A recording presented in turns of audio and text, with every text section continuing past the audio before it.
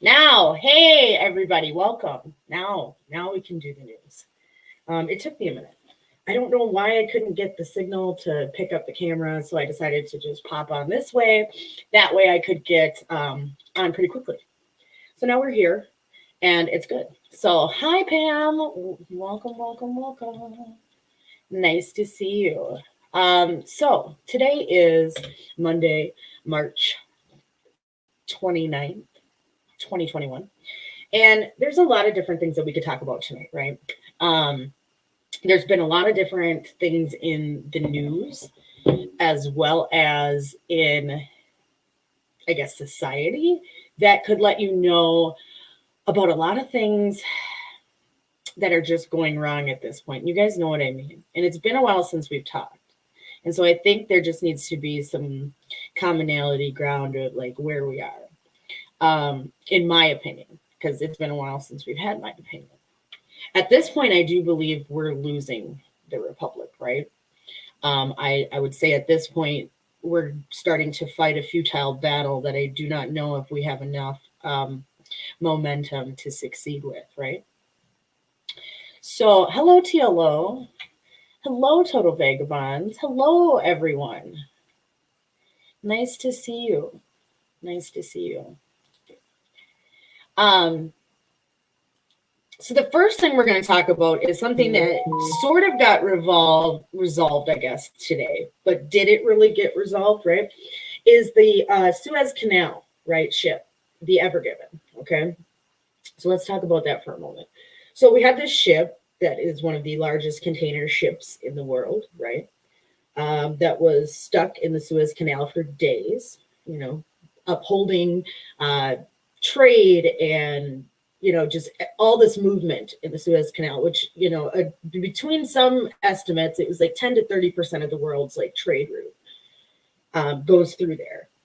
And they're saying still, even now, that we're going to lose like $10 billion a week globally from this event, which I don't know how much that actually equates to be a part of the market, but something to be aware of. They also told us to be aware of more food shortages. Now, I feel different ways about them coming out about these food shortages, right? On one end, I do feel like the food shortages, yes, if we can't move things in shipping containers, we don't have food.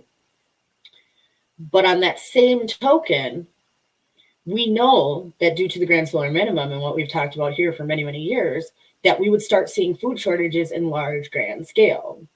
Which last year we saw a little taste of it, and they claimed that it was, you know, due to supply and demand and COVID restrictions and all these things.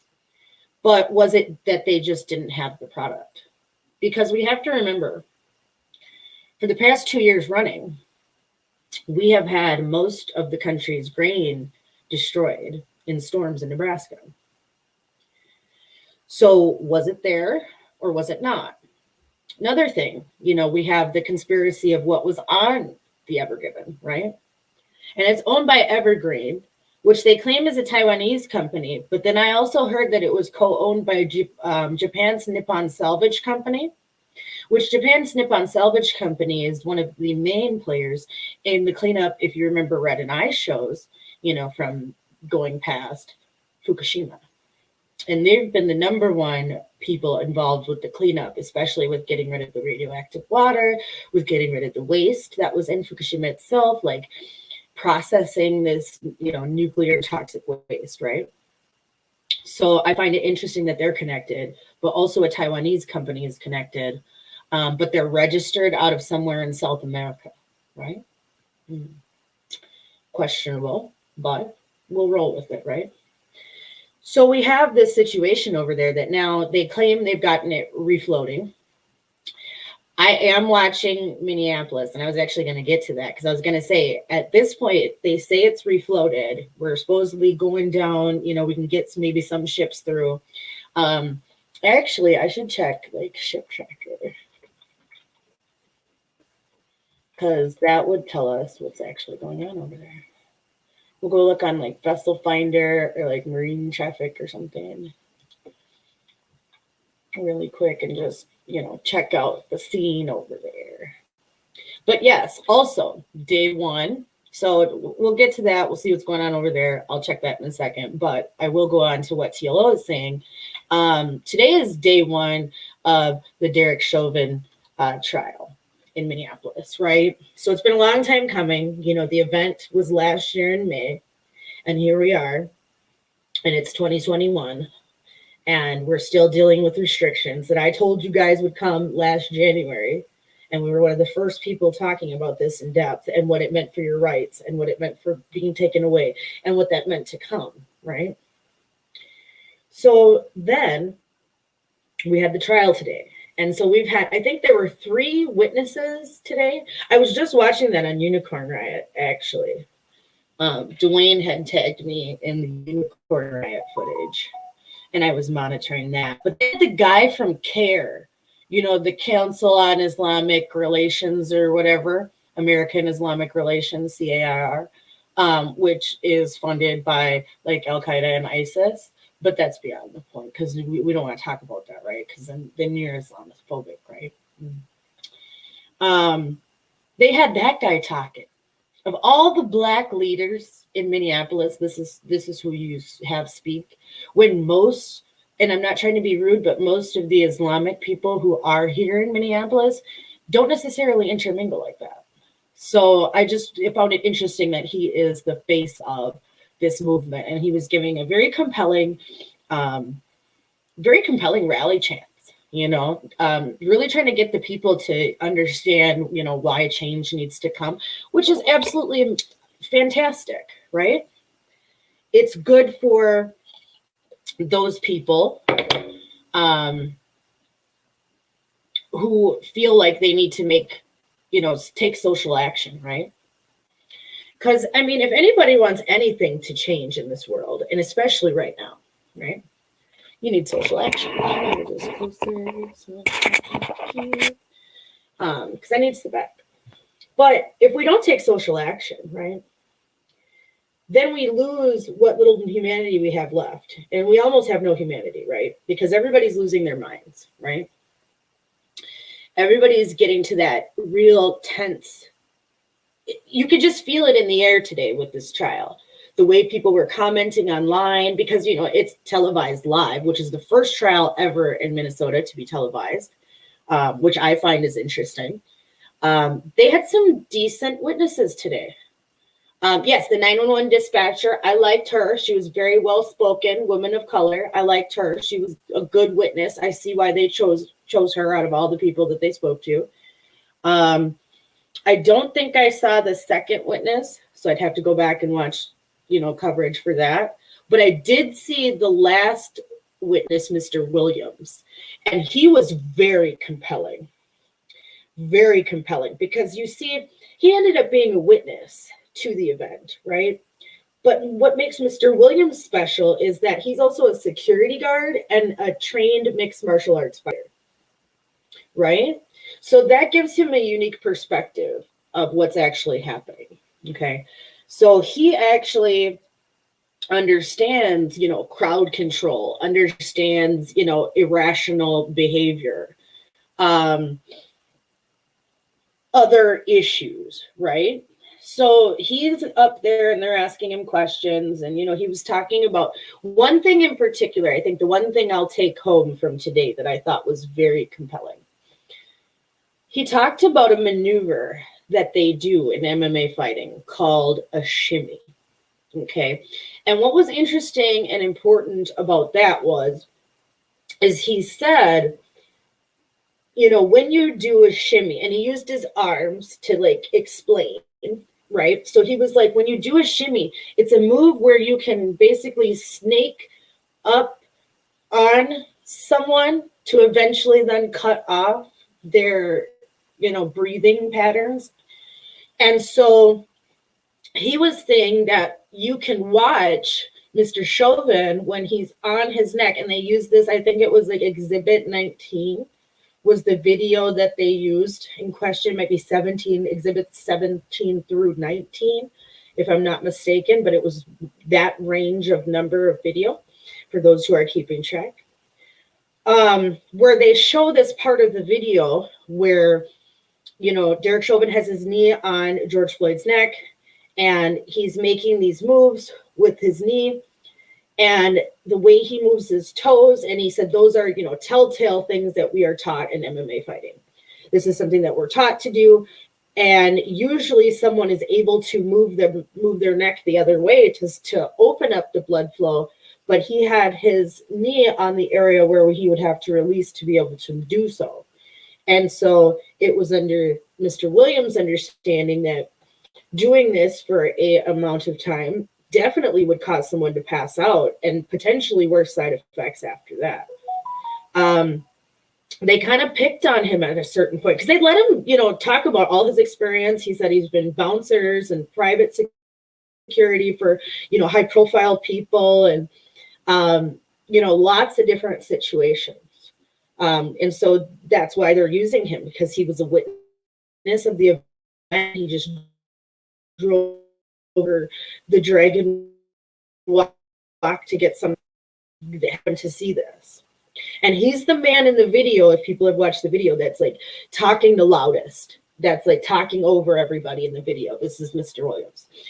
And so I thought it was very compelling for both sides. I mean, here you have, and he's a black man. Here you have this nice, well-respected in his community, has worked all over with crowd control and other things, right? Have you? See? Mm-hmm. Is he all right? What's he really like, though? What's the word on the street? What's the word on the street, though? Because that's what I want to know. Like, because he said folks is cool with him and he's cool with them. And that he can maintain, control in his community, and he's done it before. Because like some young buck, I guess, was going to try to fight the police and like go push him off of him. And dude was like, don't go do that. Don't. And, it's sad because like he said, I would be afraid to do something like that, which you should. You shouldn't be, bum rushing the police, but at the same time, might have saved his life, So I think everybody has to wrestle with that. But, in his training professionally, he knew to leave that alone and knows how to defuse and de-escalate situations, in his opinion. And he was on the curb. So he had like the best vantage and viewpoint of this action, right? So I thought he was interesting. Then we find out that the live feed, he seems fair, seems to know the right way to do security. That's how I felt. And I know you meant do, so I'll just correct it for you. But I agree. I think that he was very knowledgeable, very on point, very well spoken, could explain things easily, because like he explained that shimmy move very simply, to where I could understand it as a layman who does not do MMA, right? And and a few times he was like, I'm not a doctor, so I can't give this opinion necessarily, right? Okay. So I felt like he tried to do the best he could with what he knew, right? So then, right, we have, who else? Like I said, I didn't see witness number 2, so I don't know what she was about. Oh, she was the speedway worker. Yeah. Oh, yeah. See, look, this is why I forgot her, y'all. Because I think the state, as well as the defense, thought they were going to get a better witness out of her, right? But no. Okay, nothing against her. Okay, this is not a personal, but she's just not a good witness for this high profile trial, because she's just a lady who works across the street at the speedway. I've been to that speedway many times in life, especially as a small child.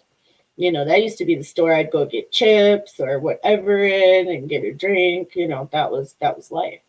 And so she was working there.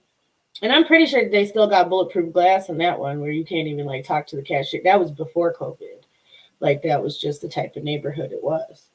And so she was a white woman, right? And she just, the way she explained things, she already had a bias. So I know they're going to throw out everything she said, because she was like, oh, the police were messing with him. And it's like, okay, it's one thing to say that. And it's another thing to be like, I believe that the police were harassing him, right? Because to everybody else, that makes sense, right? You can make sense of that. Like, oh, yeah, he was being harassed. Yeah, that's really messed up, right? So I think that she just didn't have the best wording, and that's not her fault. Okay, nobody says she has to be expert witness and know all these legal terms or the way to speak on the stand, right? No one's saying that. So that's why I'm saying it's nothing against her, but just from a trial standpoint, she's kind of like a terrible witness for both sides, because she really didn't add as much as they thought she would, because she took all these videos and she had like 5 or 6 different videos of the event. So obviously they're going to have to include her in because she has a good chunk of evidence, right? So I think day one was interesting. Then like I said, they lost the live feed. Okay, so then they lost the live feed, and the judge was like, well, we don't know where we lost the live feed from. And so we're going to have to just tell the jury that we're going to have to start tomorrow. And this was at about like 4:30 Central Standard Time. And so I think because it was almost 5 o'clock, and that's usually probably when they would dismiss anyway, that they just figured they would let it go. But I guess it was not to the jury themselves that wasn't getting the live feed. It was to like other family members, media outlets, and other people who are set up down in that area, right? So I thought that was interesting. Okay, so now there's some rallies going on, and so far peaceful. I wouldn't expect them to really start stuff this early. I mean, it would just be ignorant too, because we could have so much more time or end up having this process rushed in a way that really doesn't benefit. But I think even with today's testimony, I don't know what story they're going to try to lay out. We'll have to see how, as the case progresses, how they keep bringing in these witnesses. Because right now we're just getting like basic details, and it's very like scattered how the information is coming in, to be honest. There's no like chronological like order, of how they're bringing these people in. So it's up to everybody too to pay attention and then, kind of put this information together.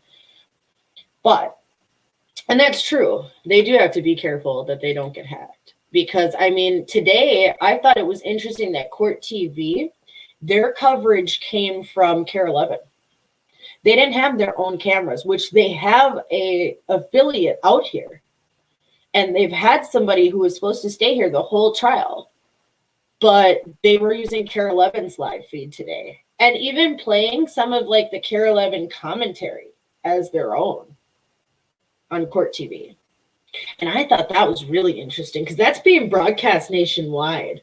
Like there was a think tank group that came on that they showed that had one of their investigative journalists at KARE 11, who usually does investigative journalist stories. I think his name is like Brian or something like that.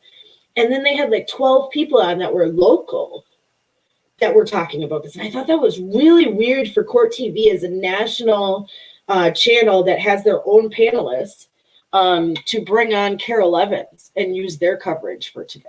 I mean, is that how they're going to be doing it?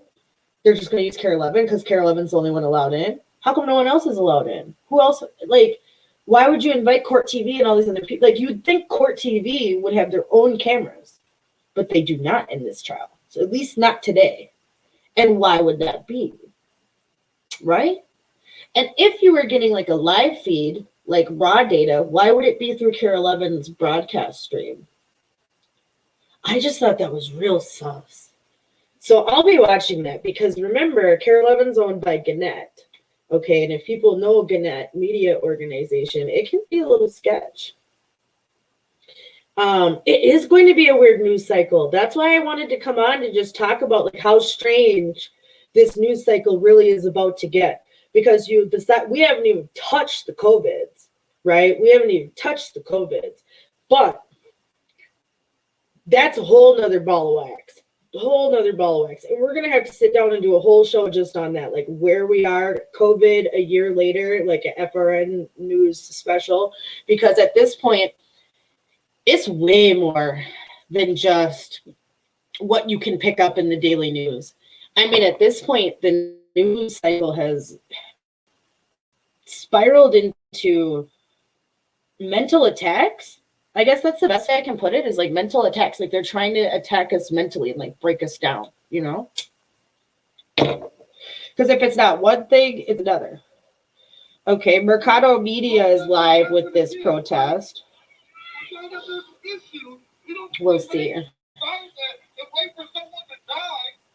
Who is this guy? They just have random people blocking the streets downtown with a amplifier.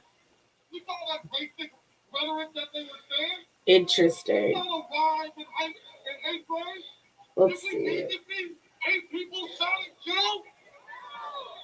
Fucking disgusting. We gotta take control now. We need to make sure that we stop some shit from happening before it happens. And that's why we out here. That's what fucking justice is. There's a lot of people. There's a lot of people out there. That's all I can say about that. It's already getting, and like I said, just listening to it, you can not function.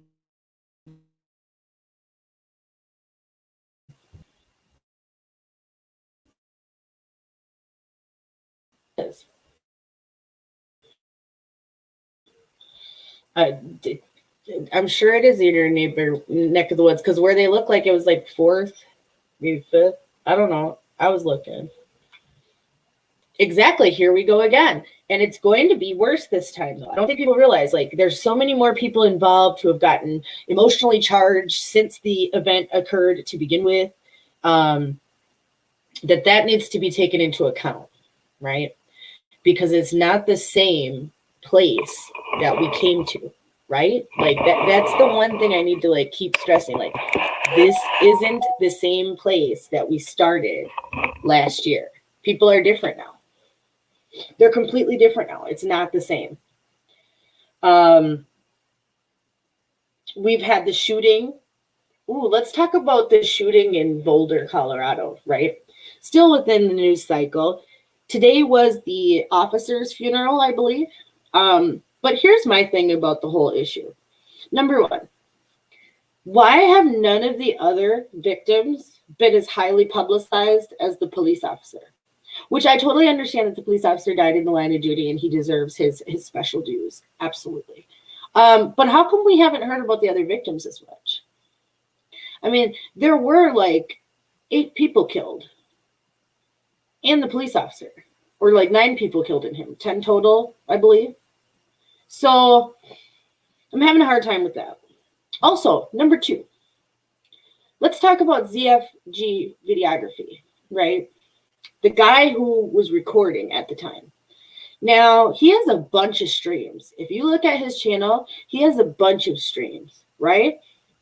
And he was kind of the one that was like, you know, kind of like on cop watch, doing things in Boulder and like calling out police when he would see it and, you know, all of this. So he just happened to be at the King Soopers at the time of this shooting. And people called this guy super sus.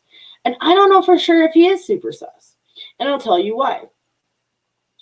Because he happened to be there, but he's there when other things commonly happen, right? He goes towards the door and there's this old guy and he's like, you know, did you see somebody come in here? You know, obviously there's somebody shooting. And he's like, oh yeah, the guy went right in there and there's one basically like dead right there. Like, what? This old guy was so calm. And at one point in the live stream, when you watch it for like maybe like it's like an hour in, you see the old guy like run away, like towards the back of the store. And it makes no sense. Like, where did he go? Like, this is the time you decide to run away. You stayed around the store for the whole 45 minutes while he was shooting, and now you just want to leave? I don't quite understand. Also, no one talked about after this guy's video, because they left the video up for hours, right? And I had taken a small screen grab of the video because I knew they were going to take it down. I was like, there's dead bodies. They're going to take it down. Of the video, but also later on in the live stream, he leaves the King Soopers parking lot when there were calls over the scanner talking about a second and third suspect. He goes to where they were claiming to have the second suspect location, right? at that second suspect location, they're like raiding the house before they raided the guy who they had in custody's home. So I have quite a question, like, what happened to that guy? And was he involved? And you called him the second suspect. There are also, from a Facebook friend, I was told that there were 3 shooters, and a friend, like I said, a Facebook friend's friend was inside with her family at the time of the shooting and said there were 3 shooters, which I believe that. Okay. I can believe that. A lot of times, every single false flag or lone wolf shooting, there's always reports of second and third shooters, other people with guns who are shooting people. And after the main narrative comes out, you are not allowed to challenge that. That is no longer challengeable. Okay. That's an issue.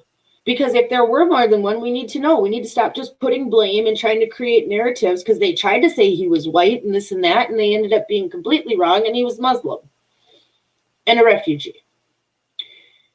So they struck out on that one because they were trying to say white nationalist and blah, blah, blah. He only killed white people. What do you have to say with that? Okay, but no, it won't be considered a racially motivated crime, right? No. But he only killed white people. Okay. So I have an issue, not necessarily with the guy who created the video, but the fact that everyone has tried to discount him from just being there. If we can't trust citizen journalists, which, like I said, on his channel, he has a bunch of other videos being on the street catching these things, types of events, just not a mass shooting, right? And yet we want to say that we don't trust the mainstream. What form of news are we ever going to get then? You know, I felt bad for him because, you know, the police were trying to push him back and he's like, I'm a journalist, you know, and us citizen journalists have to stand up for one another. And us, the people who believe in citizen journalism, need to stand up for each other. Because without that, what do we actually have? Trusting the mainstream's opinion on this? Like, I had a really hard time with the way people were coming at that guy. Well, see, that's what I mean. It doesn't fit the greater good narrative. There was a shooting in a food court. There was a shooting on Virginia Beach that killed 8 people, but we didn't hear about that. We didn't hear about that. That's happened in this past week. What other big thing that we need to talk about, speaking of going towards the East Coast? Nashville flooding situation. Terrible. Really bad, awful. Borderline biblical for these people. It's very dangerous. I mean, they have had like over 300 swiftwater rescues, all types of, and I don't think there's any relief coming in sight for them, at least not quite yet. And so it's really sad what's going on right now for these people, because nobody's really talking about it, because all we get to hear about is COVID vaccine, COVID passport, test concert. Did you guys hear about the test concert in Barcelona that took 5,000 people who had to take same-day COVID tests and take their temperature when they came in, and then, but they had to wear masks, and then they got to go to a concert with 5,000 people? This is a joke. If this is a pandemic, there would be no reason to do a test trial show. That's a joke. That's a joke. Because they're trying to push this next 4th wave. Okay, it was 2 weeks to slow the spread a year ago. Sorry, that's just the way it works.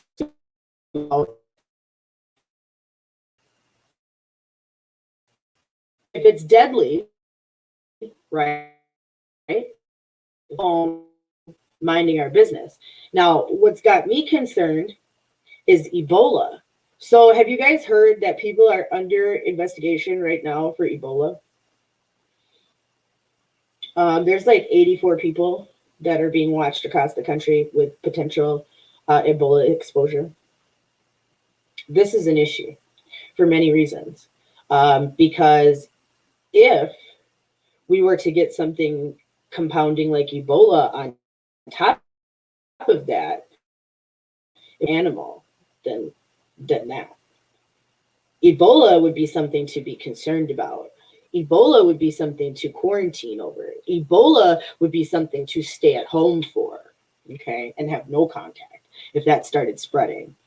So I think that's what we need to watch out for, is what's next, because they're having a hard time with the current narrative. So how do you bring a further narrative forward, right? That's what I think we all need to be on the lookout for, is something else.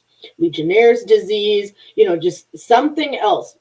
Ebola, just something else that could be just devastating, right? And the sad part about it is nobody will ever have the conversation that potentially with immunogenic priming, when they're saying, oh, it just works the same as every other V and like every other vaccine, and it's just great, right? There is a potential that what they're doing is causing more infections, because that does happen, but they'll never admit that. And that's the problem. We need them to admit, they say they believe in science, they say they trust in science, but yet they will not give us the clear science and give us the data, because they say we can't disseminate the data ourselves. That's a problem. People like my state have still not given up their formula of how they figured the deaths last year. And we've been asking for the University of Minnesota and Dr. Michael Osterholm to give it up. Like, how did you come up with your formula? How were you making these recommendations? Because these recommendations turned into policy, and basically people acted like it was law. And they're trying to turn it into law in many states. So that's what's scary. But one of our House of Representative members has decided to put in a bill to have counties in Minnesota vote to actually secede from Minnesota and join South Dakota. Because according to the Constitution, the states can secede and join a bordering state, which we happen to border South and North Dakota. He has this whole plan. You'd have to vote, and it'd have to go county by county, and then the county would secede and then apply to be a part of South Dakota. Well, Jeremy Munson retweeted about this towards Governor Kristi Noem. She wrote back that she will accept any people who believe in freedom and prosperity. So basically, she welcomed the idea. So there could be a new state of East Dakota.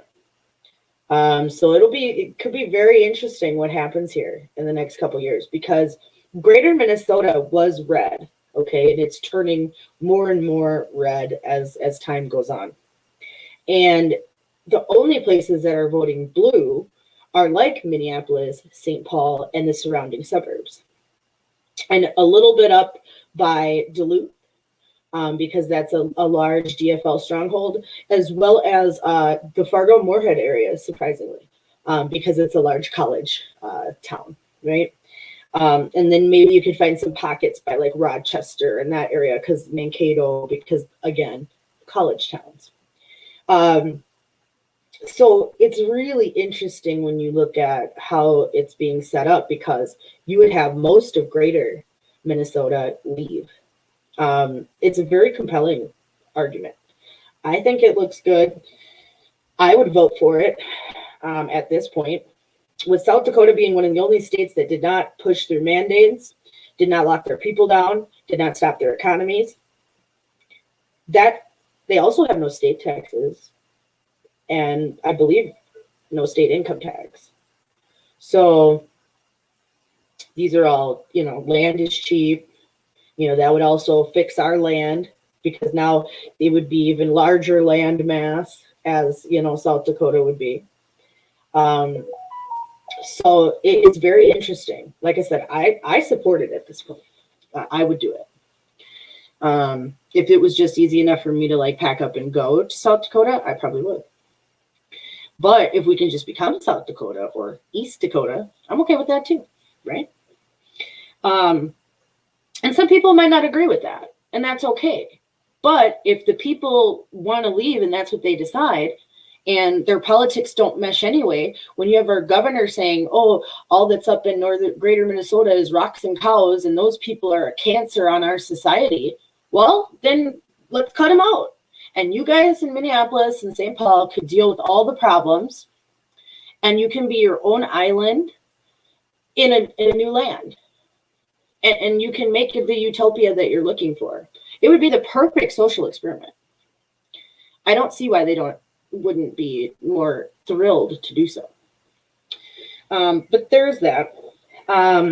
So we've got some really interesting things happening. Like Pam said in the comments, Ghislaine Maxwell is now being potentially brought up on other issues with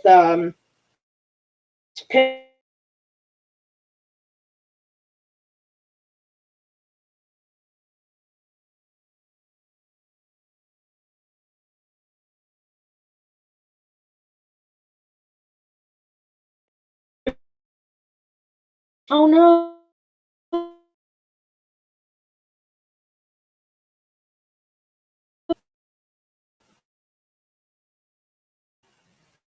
California does. California can be there.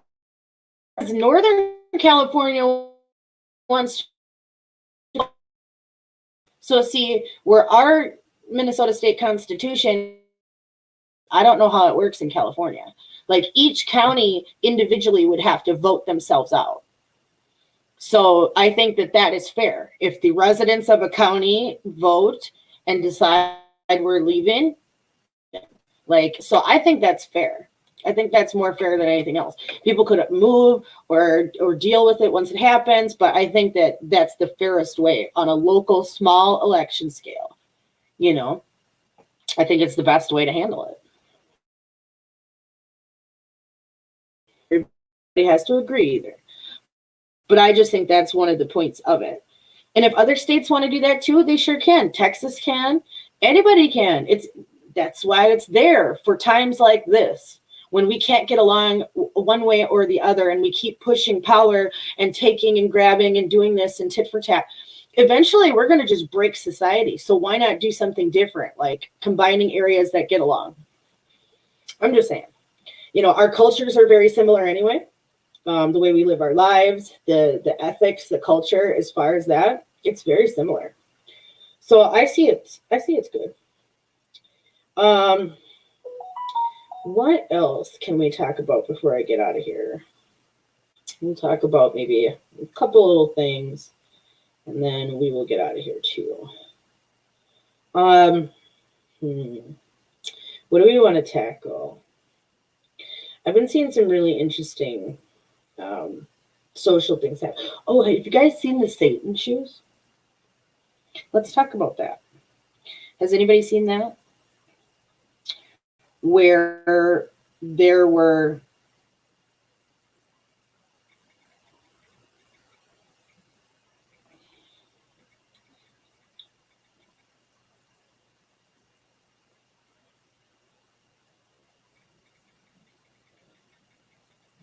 I'm trying to find the picture for you guys. And it's supposedly Lil Nas X and Mischief's shoe. But we'll see. Oh wow, garage door is working. I haven't heard that one before.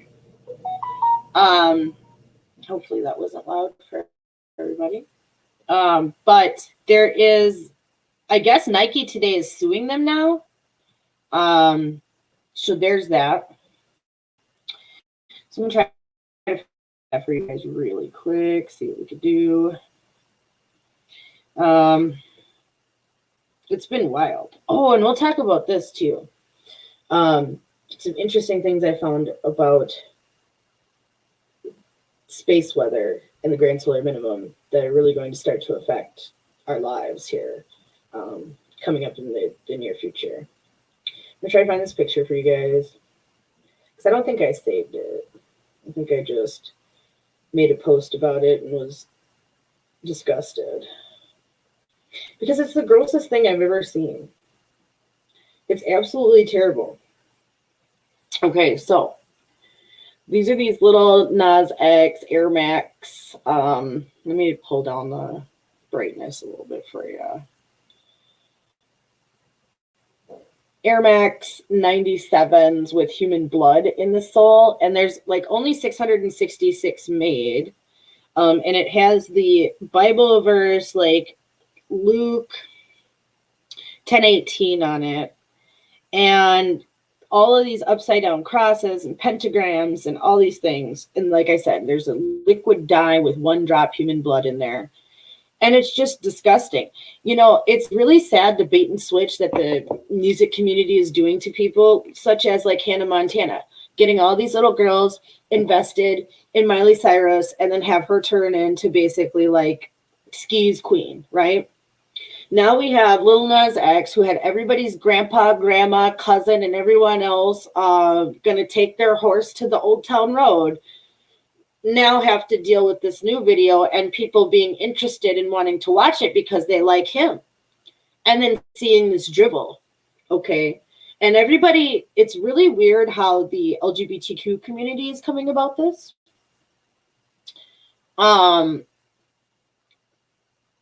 They're saying that genderqueer people need this is the perfect time for them to come out as who they are, and that this is just an expression of genderqueer creativity, and everybody needs to calm down, and there's nothing wrong with the shoe. Well, now see, that's my question. Like Tiola said, whose blood? Fair ass question, right? I'm just saying, because I just feel like who gave that up? Is it his blood? I mean, fair question, right? Like, is it his blood? Like, whose is it? That's what I want to know. Whose is it? Whose does it belong to? Who did they get it from? Kids? Themselves? Someone else? Why only 1 drop of blood? And the soles look like liquid blood when you move them. So it looks like there's like liquid blood when you walk on the soles. And it's just like, really? This is what you choose to create out of all the things that you could have created. You created your own Wrangler jeans that people bought. Like I said, you got grandmas, grandpas, all the people with like Lil Nas X Wrangler jeans in their closet, and now have this. Like, how can you, like, how is that like for an artist? How do you move forward with that? That's the only thing that like really concerned me, was like, you know, like, how do you move forward with that? I mean, seriously, how does that work? How do you make that transition as an artist? Like, oh, one day I'm going to be this, and I'm going to have everybody and have this totally different persona than that what I put forward for my next big thing. I don't know. I just feel like it's too drastic of a jump, right? And everybody seems to have feelings one way or another about it. And like I said, I just don't see how it's appropriate. And now I guess Nike's involved because they used their Nike logo without permission on these shoes. And supposedly Miley Cyrus was wearing them. Oh, speaking of Miley Cyrus, and I used her as an example, they had a picture of her on a car wearing these shoes. And there's only 666 pairs made. They're $1,018 a pair. And there you get like a certificate of authenticity, blah, blah, blah, so on and so forth. I just thought it was really interesting. That is all. I don't understand. I don't understand it at all.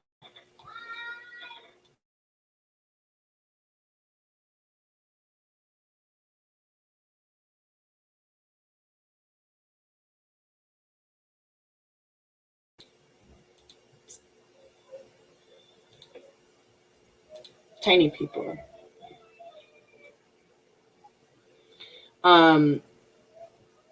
Yeah, I just don't know what to say about it. I just don't know what to say about it. It's terrible at this point. So, not quite sure what to do about that. Hold on one more second.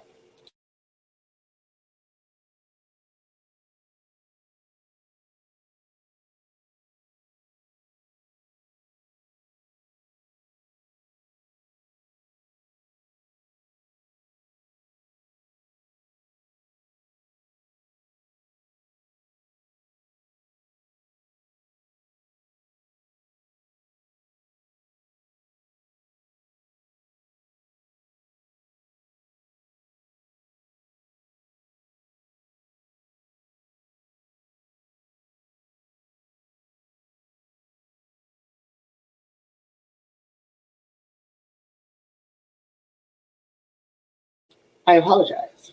But so I found that interesting. I just don't know what to quite think about this news cycle. You can go from one extreme to the other, human extremes, heartache, loss, political ideology. The big thing the other day was Georgia, and they're passing their bill with the IDs. It's just distract, divide, and conquer. That's what we're really going through right now. Distract, divide, and conquer. So if we can distract, then come up with something to divide, and then we conquer. And we just continue said cycle and beat everyone's morale down to the point where they just feel like they can no longer participate. That's kind of how I feel. We're getting to that point where it's going to start just compounding. We're seeing, assaults increase everywhere, carjackings increasing everywhere. I mean, there's like 50 carjackings a day.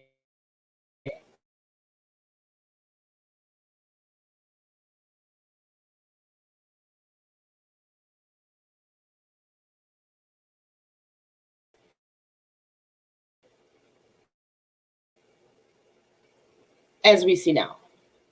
Because I think we less interaction. We saw less people were actually afraid or what?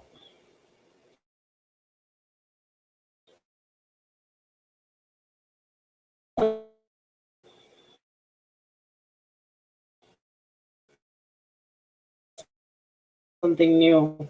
Action we can start taking to try to recourse what is occurring. Because I think if we don't try at this point, this is our last stand, you guys. Otherwise, it's literally America is lost. If there isn't some form of resistance that is accepted and respected at some point in anywhere, in any part of what's going on, we've lost the republic. And it's a hard, cold truth to swallow, but we're going to start breaking this down for you. I'll be back on Friday with you for Clarity After Dark. And we're going to start going down this rabbit hole, so to speak, of the state of the republic. That's I think what we're going to call this series, and break it down from each sector, from the food sector to just, basic stock sector, many different areas right now, socially, emotionally, just like the place and time we are. I mean, there's so many things that are coming together besides like what's happening with space weather, what's happening with volcanoes, what's happening with earthquakes, what's happening with natural disasters and extreme weather, which we knew was going to increase. This is all culminating with, if people don't follow about the North Pole shifting, and we're going to have a magnetic pole shift, we're 2 years away from that. 2 years away from a magnetic pole shift. And if people have not researched what magnetic pole shifts do, I highly recommend, because last month, many publications from the Scientific American, well-respected scientific publications came out last month and said, maybe we were wrong about magnetic reversals in the past, and maybe a lot more people died than we thought. And maybe a lot more people really, this could have been why Neanderthals became extinct 42,000 years ago. So now they're starting to come around and admit what a lot of us Earth researchers have known for a long time, that this is going to be a culminating event. And I think that's why they're trying to distract us with these diseases and plagues, because they're getting us used to staying in our homes, because when this event occurs, you can't be running around. There's just no way. And we'll start talking about that and what that means and what that looks like. Author Gregory Garrett would like to come back on, and we're going to do maybe a couple shows and a series of shows with him. We're going to get Gary Wayne back on. we've got a lot of people waiting in the wings. I've got some homesteaders that would like to come on to talk about what they've done with their homestead. One in particular who is built on her own mountain, and the process of going through that and what it's been like for her and her family. Just a lot of interesting and different people that we're going to start talking to, because we need to start thinking about what our off-grid life is, what our urban lives look like, but what can we do to fortify what we have? Because I think that's going to be the most important part to get through these next years. How do we fortify what we've got and make sure we have a good foundation to stand on, as everything else will probably almost 100% crumble around us? And that's a really bleak outlook, but it's just truth. That's just where we are. And we can't freak out about it. We can't whine or cry about it, because it's coming. And there's nothing that Bill Gates can do with his dimming the sun with chalk or anything else that's going to stop what's going to occur, naturally, socially, or otherwise. It's just a long time progression where I think it's just going to apocalypse. It's just going to be the complete enlightenment all at once. No hold stopped. So I hope you guys will join me for that. I hope you will come back and spend time with us. We'll come up with some other stories and things too. I think TLO and I and Dwayne will be on later, but I don't know about that. TLO, you can confirm. I'm not going to say for you, but you can confirm that. And like I said, I will be back on Friday. We're going to start getting everything just kind of back in order and back fresh and starting up for the spring season. So that way we can hit this new cycle hard, because I don't think I've been needed as much until now.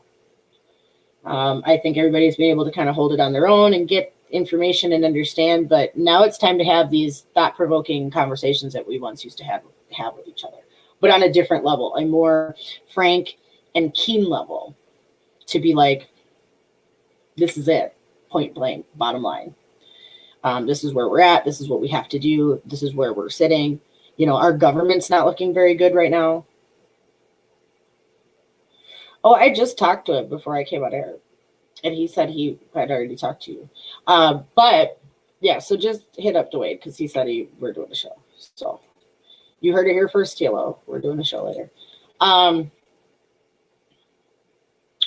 think that if we don't start having these conversations, we're just going to lose all society and humanity as parts of society get chipped away by either regulations or prohibition or whatever it is, because we're just getting to this critical point where no one in government's listening. Federal government isn't listening. They're already talking about another round of stimulus for May, talking about more stimulus checks already. And it's like 90% of the money that you allocated for this last package isn't even going to be used this year. So what was the point? I think if it's supposed to be like aid and active packages, it should be used within the active year that it's occurring, right? Even in the active month that it's occurring. But, that's just me. I'm just a layman. What do I know, right? But I think we need to start paying attention, because something is a brewing that I think is the perfect storm between these vaccine passports and roll your sleeve up, and, anti-maskers are the devil, and so are the right wing, and they're terrorists. Being a patriot's a terrorist, but yet Biden just said the other day, wear your mask because it's patriotic. I thought being patriotic was domestic terrorism. So are we supposed to do that and be domestic terrorists, or it's only domestic terrorism when you say it? Hey, Casimiro.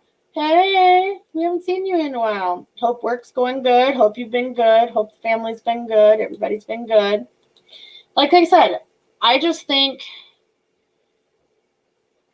it's getting to that beautiful moment that I just didn't think we would get to so fast. Like if you would asked me, could this have happened? I would say, of course, right? This could happen. If you would have asked me, would I thought this would have happened? I'd say yes, but I wouldn't have thought this fast. I wouldn't have thought, what's your news? What's your news? What's your news? I want to know. I would have thought that it would have come a little later, maybe 2-3 years down the line, not just quite so quick and Ooh, are you going to Mexico? That'll be fun. I want to go to Mexico on vacation. Let's go with Casimiro on a vacation. We should take group vacation, FRN vacation. That would be fun, everybody, wouldn't it? I think that would be a good time. We could all pick somewhere to go and like split a big rental and like do it up. I think that would be really fun. Before things get extremely crazy. I think that would be a not bad idea. Oh, good for them though. If they'll be happy there, I'm happy for them. And you can always go visit them. You know, the border, you can get through the border. You'll be fine. That'll be exciting though. I know a lot of people moving to Mexico. I have quite a few friends moving to Mexico. Ooh, are you planning Hawaii? That sounds fun. I want to go to Hawaii. Let's go to Hawaii, Tiola. I want to go. I've never been. I want to go. I want to go on everybody's vacation. I haven't been anywhere in a while. I'm actually probably the first vacation I'll take is probably to go out to see Tim. So we were just talking about that this week. I was like, you know what? I think I'm going to take you up on that, coming out to see you. And I'm thinking about like May-ish to go out there. So hopefully that'll work out. And then we'll have some fun and do all that. But I don't know. Nothing's tentative yet. I don't have any plans necessarily, but just, you know, keep watching out for that. I mean, I'm sure in Mexico you could live off of your retirement, though. It's probably more feasible than in America, to be honest. I've heard that it's just cheaper. People like the quality of life, you know, and especially even just like English-speaking Americans who go down there, they even enjoy it. You know, I'm sure you could have more quality if you were a Spanish speaker, though. I would just imagine you'd be able to immerse yourself in the culture more and just be there. And I'm sure they, you know, have family and relatives, and, you know, it'll be a good thing. Mexico is a little bit getting, I don't mind their president because he seems to have some sense, because he just came out the other day and called out Joe Biden for making the border crisis worse, which I agree. And so, you know, we've been hearing a lot of issues coming out of there, because I heard today that there was a family, I don't know where, I don't know if it was like California or somewhere along the border. It was a foster family who were being kicked out of their rental home to move in migrant children. I can't confirm that, but I just think that that's terrible that we would kick other families out when there's like abandoned buildings or houses that the city owns or that the government owns that we could use. Like, why are we kicking out people who are also helping out children who are less fortunate? Like, why are we picking which less fortunate children are less fortunate? I just don't understand that. You know, if we're going to help the kids, let's help the kids. But let's not pick who's better than the other. Yeah, and I'm sure we do have better opportunities for jobs and, you know, better conditions, let's say. Not that you couldn't find a job in Mexico, but would you want to deal with the BS that could come with it? I could just see there could be some, you know, not so savory business practices that are allowed. You know, and too, the violence, the street violence is the issue too. That is a concern and worry for everyone, but it is here too. So, I mean, I guess you have to take the good with the bad and just hope for the best. But I'm excited for them. That'll be great. It'll be good for you to go on vacation. You'll have to tell us what it's like and if you see people wearing masks or what. Because I'm interested in that information too. You know, how people have fared. Because, you know, certain parts of the country act like it hasn't existed and others are still so locked down you can't go anywhere. It's been very interesting. And today, I guess Biden had asked for states to reissue their mask mandates. So we'll see what happens. I think masks, like I've always said, should be a personal choice.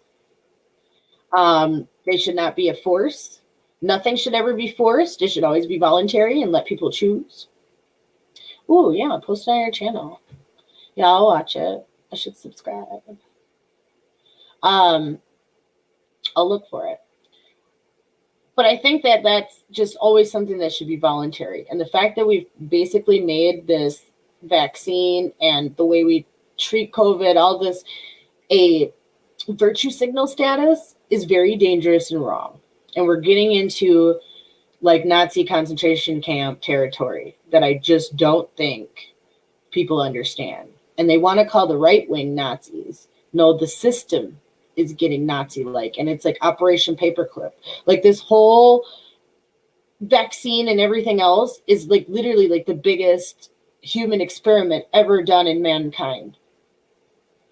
And they keep reporting, oh, new study says breakthrough that pregnant women actually do get antibodies. Where do they think they did this study? On real life human beings to get that. That's what just makes me sick at this point.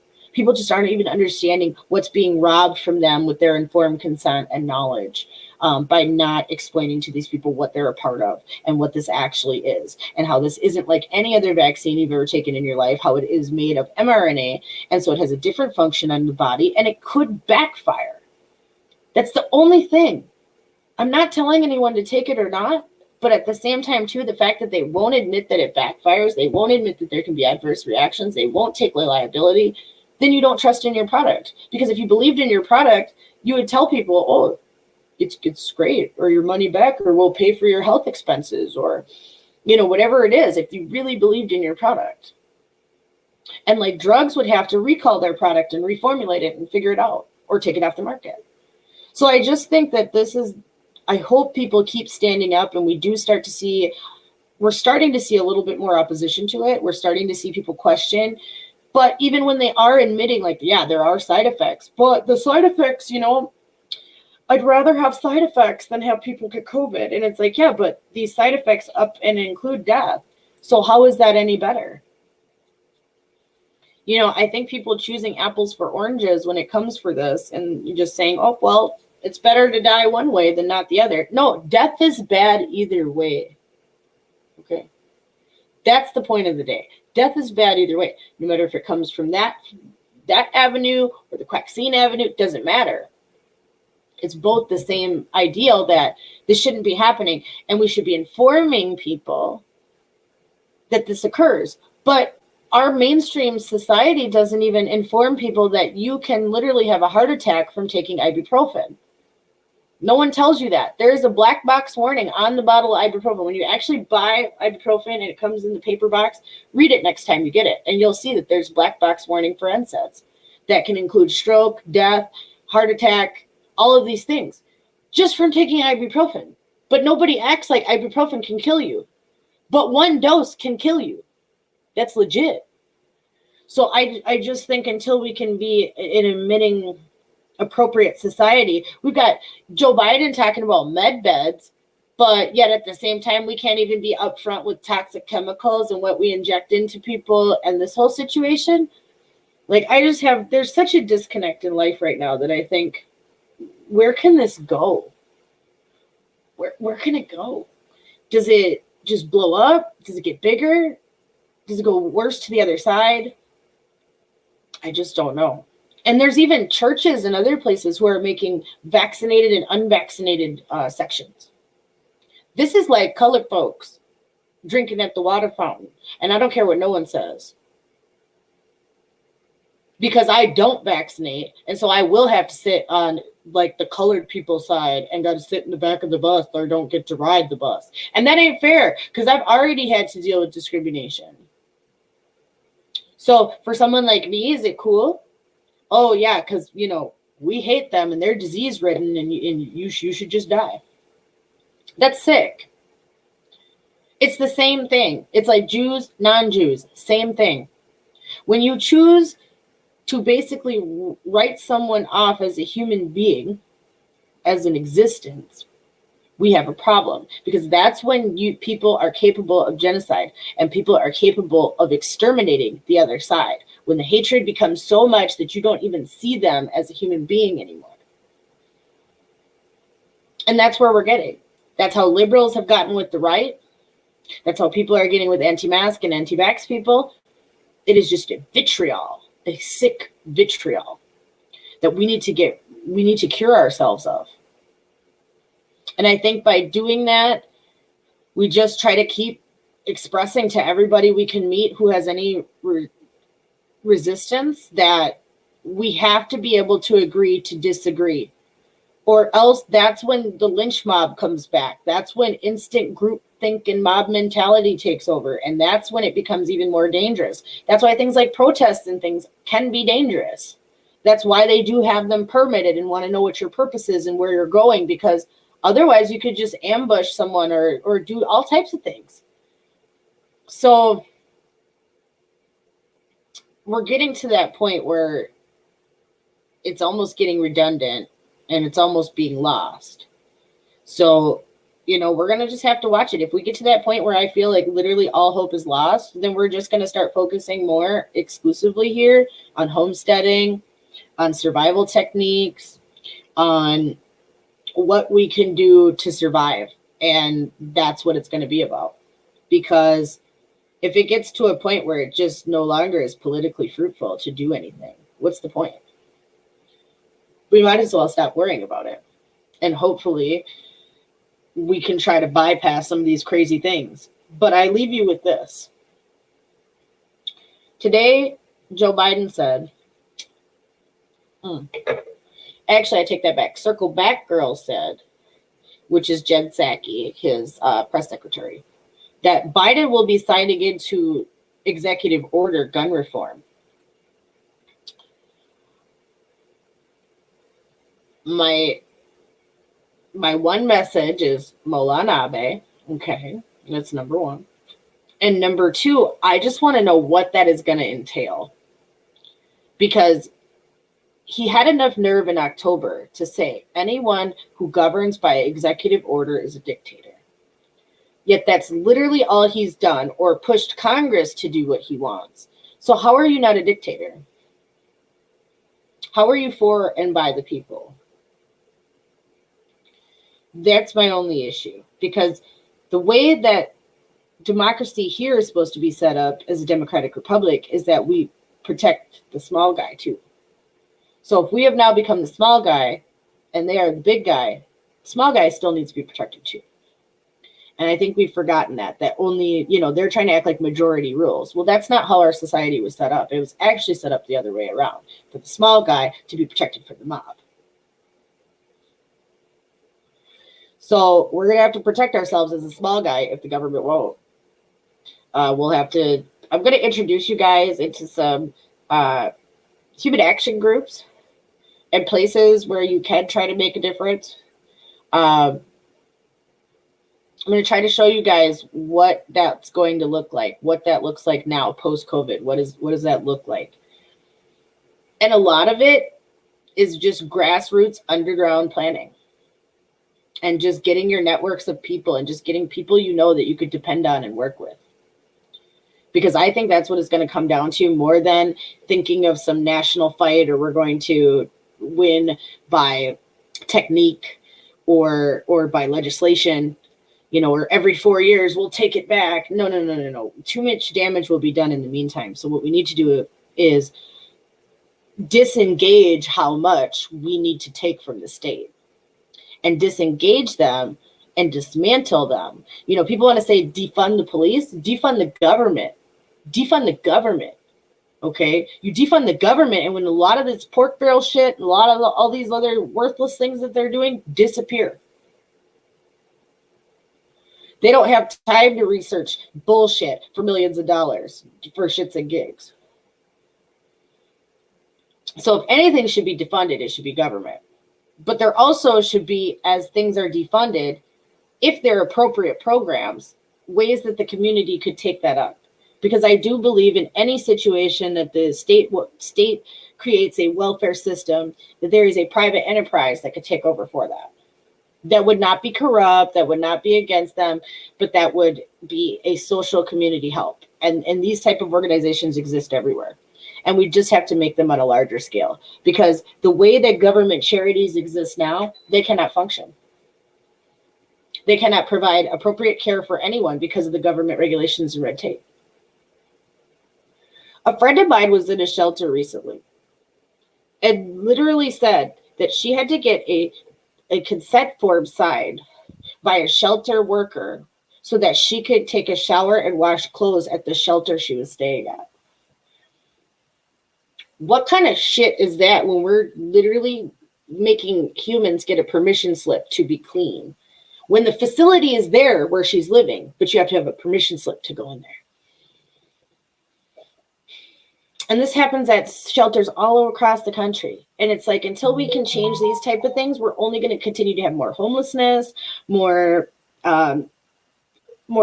poverty, more issues. COVID, they did expand the rent moratorium, so potentially more people would be getting kicked out of their homes. But when that actually kicks in, folks are gone. And I'm telling you, it's going to be millions of people kicked out of homes everywhere. We're going to have a homeless epidemic like we've never seen. Tent cities are going to be like a joke of the past, because we're going to have tent blocks and tent, communes. It's not even going to be funny. So, as I said, I was going to leave you a couple times, but I'm definitely going to leave you now. And so check us out tonight later on. We will be here for you. Anytime there's breaking news, I might cut in especially with all the storms and severe weather that's been happening lately. We might do a couple of special shows on that. Other than that, you can always get a hold of me at station manager at freedomrevolutionnetwork.com. As well as you can find me on Twitter at That Clarity Show. So just check us out, drop us a line, tell us, send in news tips, send in things you want to hear, things you want to see, programs, people we could talk to, maybe other YouTubers or people that you admire that you would like to hear more information from. Because we're going to go into like information overhaul. Like, it's going to be FRN school, basically. What can we learn about increasing our lives, increasing, just what we can do with what we've got. I'll be showing, my greenhouse, my garden this year, all of these things that we can try to produce for ourselves to make ourselves sustainable.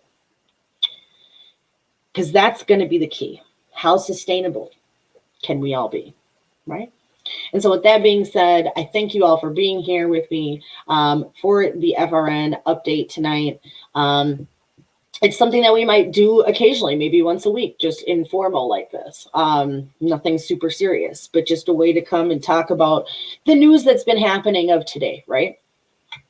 So thank you for being here, everybody. I appreciate all of you so very much that you follow us and that you care about us here at Freedom Revolution Network. We could not do this without all of you. And I will see you guys later from the land of 10,000 lakes. Good night, universe.